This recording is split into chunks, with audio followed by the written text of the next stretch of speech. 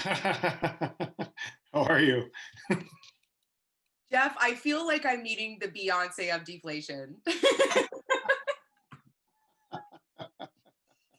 Truly, thank you so much for joining me today. I really, really appreciate it. I'm so excited to do this with you.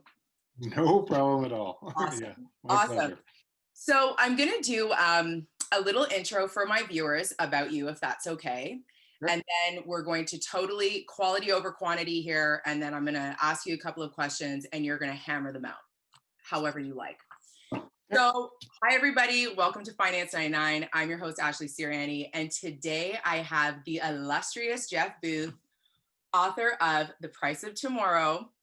And Jeff, I first heard about on a talk on the Kaiser Report way back in the summer. And I had done a lot of studying about, the narrative of inflation, money printing and how we don't have sound money anymore. And I know I have shared that with you guys so many times. I probably said it probably a good portion of most of my videos. And when I heard Jeff talk, I didn't know how to incorporate the deflation narrative into everything I had learned. So I kind of tucked it away. And then, a few months later, I'm listening to another talk where I hear Stephen Van Meter. Jeff, do you know Stephen by any chance?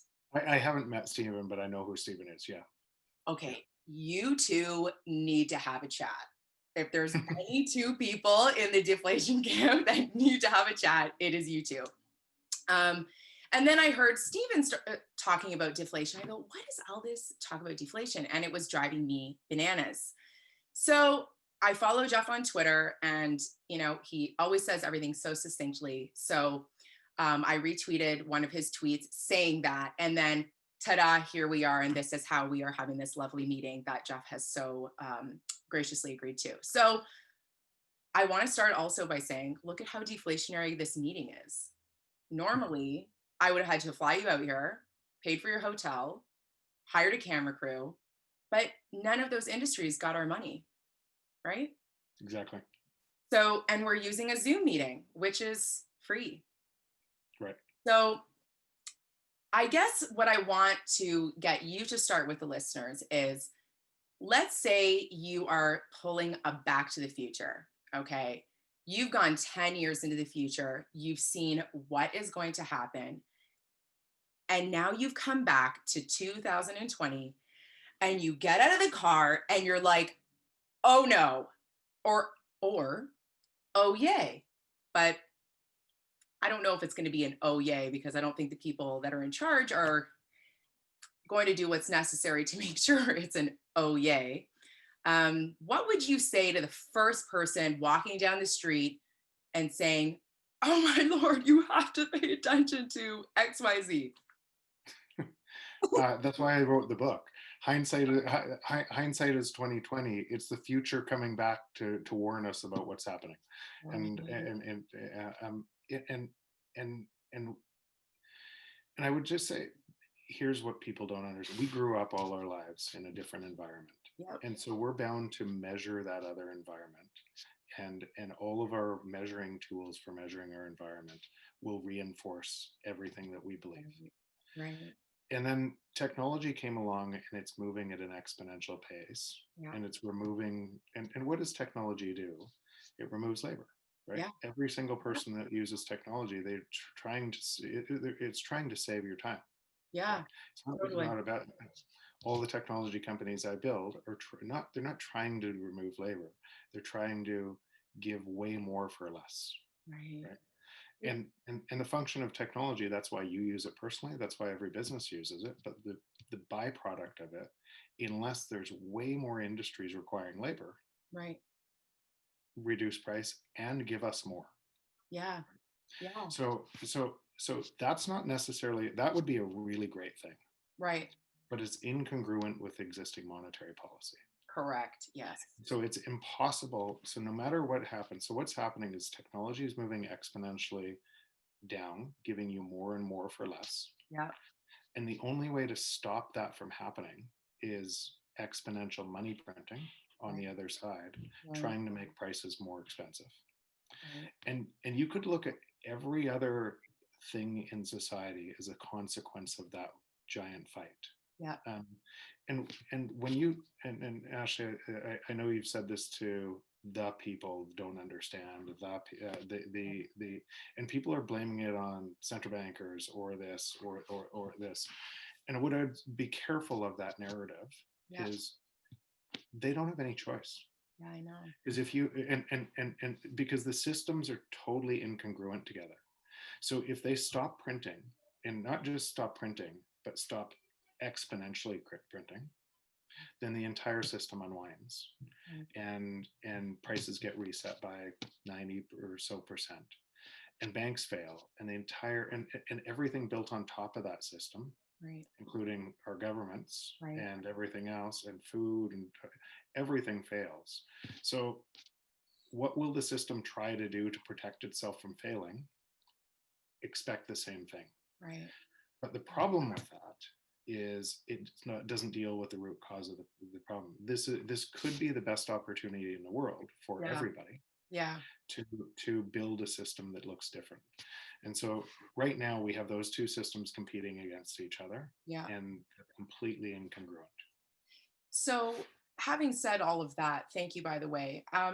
What jobs or industries, like, I'm a 35-year-old, I live at home. Most of the industries that I were involved in have, really, really drastically reduced. What industries do you see being irrelevant, not even here in the next 10 years? So that's where I want to be careful of Right. because the fear is what polarizes people. And here's what's happening: there's a whole bunch of people that are so afraid of the jobs being gone, Yeah. and governments are so afraid of jobs being gone Yeah. that they don't know what they're doing is essentially, if you try to create inflation, what it really is wage deflation, Yeah. right? Yeah. So what it means is your wages are going down, Yeah. and in a desperate attempt to keep more jobs. So governments are trying to push prices up. A lot of people can't afford those high prices, Right. and then people are going to go back to government to say, save me, right? You need to give me more money to be able to pay for the high prices that you artificially created. Amazing. And government doesn't create jobs. Right. A free market creates jobs and Yep. innovation and everything else. So Right. we're moving further and further away from a free market, and that moves to control, Right. right? And that's what is happening, is more and more control, and control ends in dictatorship, right? Yeah. That's what at some point along that, Right. the control ends in power, and a free market is the opposite of that. We have nothing like a free market right now. No. But when you ask the question about jobs, because we're looking at the wrong variable, Right. I would ask the question differently. Tell me. What if you could design something where you didn't need the same amount of jobs, and you could thrive and get more for less? I'd And say, wake me up, I'm dreaming. but that's because they're two different systems, and people are doing this. They're trying to compare. They're trying to look into the future, what this system would look like, Right.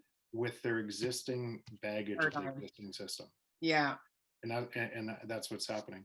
And you've heard probably me say this a number of times, but um, economics is not about value; it's about scarcity. Yeah. I It, just listened to you say that. That's so funny. Sorry. yeah, and so the air you breathe is free. Why Yeah. is it free? It's the most valuable thing in your life. So why is it free? It's because it's abundant. Right. And so if we let nature take its course and didn't manipulate essentially policy, what would happen is prices would fall so fast, and they would give everybody, humanity, more and more for less on Um, an exponential scale that followed the laws of technology, and your time would expand. wow. But that's really hard to grasp. It's Yeah. really hard to grasp because we're living in a different world right now, and everybody, 100%. yeah. And so if you lose your job, and by the way, and another thing I think in the book, people think the jobs are going to be lost like a light switch, and then it's going to look different. Yeah. It doesn't look like that. No. The technology is deflationary on a path, Exactly. and more jobs come out. Right. But it's and assume assume AI takes a ton of jobs away, and eventually, a lot of people say, well, one day AI and robots will do all the work. Um, well, thinking you can still have an economy that works the same as now, right? That's the problem. Yeah. Or they do this. They say no way we'll always have more labor. It actually doesn't matter. It's immaterial because Right. a free market, what would do is, as the labor came out, Right. prices would fall in relation to that. Right. Naturally. Naturally, it would just Yeah. fall. And as there was still money in any industry to be able to make it more efficient, entrepreneurs would race into those to Right. try to try to drive it down. And Right. the abundance caused by our innovation and entrepreneurial spirit and everybody's, remember, an entrepreneur only wins when they produce value for society, Yep. right? Yep. Otherwise, they lose their money. The money is invested in them and everything Yep. else. It's actually a failure to allow that failure to happen Right. that has created most of the problem. So governments protect the industries, Everyone's getting participation ribbons. and by protecting the industries, you cause the whole system to unwind faster. Right. Right.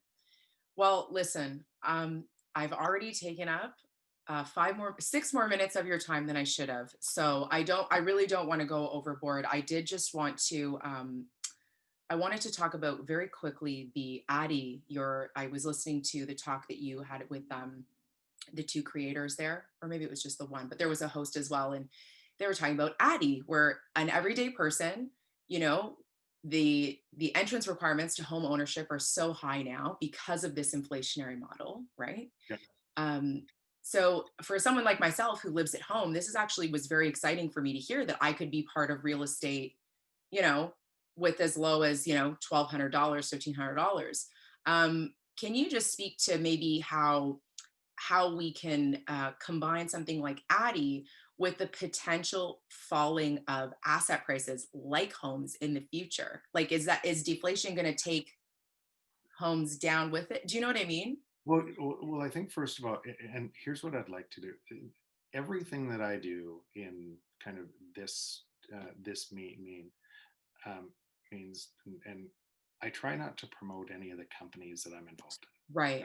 Right. Right. So I wrote the book as a give back and so Yeah, I was all going the to say. podcasts, everything else. It's actually not about. I don't need $1 more, right? I Mm. don't need to sell more books. I don't need to. So so want to I want to stay away from kind of promoting um, different businesses. Right. Right. What I would say that at the macro level is this. At the macro level is I expect a whole bunch more printing. Right. And I expect that printing to cause a whole bunch of people to get left out. Right. And so I look at opportunities. Where can I create technology, or where can I create a company in value that helps a whole bunch of people Yeah.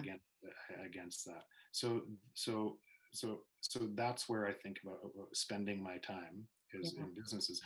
And by the way, while I talk about the macro and everything else that's happening and connecting those dots, there's tons of opportunity, right? Right. Love for, that. for for entrepreneurs to Sure. create tons of value, Right. because the world's hurting, right? Yeah. There's a whole bunch of people hurting, Yeah. and that's what, and entrepreneurs should come in and say, how can we design this differently to be Yeah. able to. So there's tons of opportunity Um, to create real value in this, and Addie is one example of yeah. something. Yeah. Love it. Okay, Jeff. Honestly, thank you so much for your time. You made my day today. Thank you. Well, thanks for having me. It was such a pleasure. We'll talk again, I hope. Sounds good. Okay, take care. Bye for now. See ya. Bye.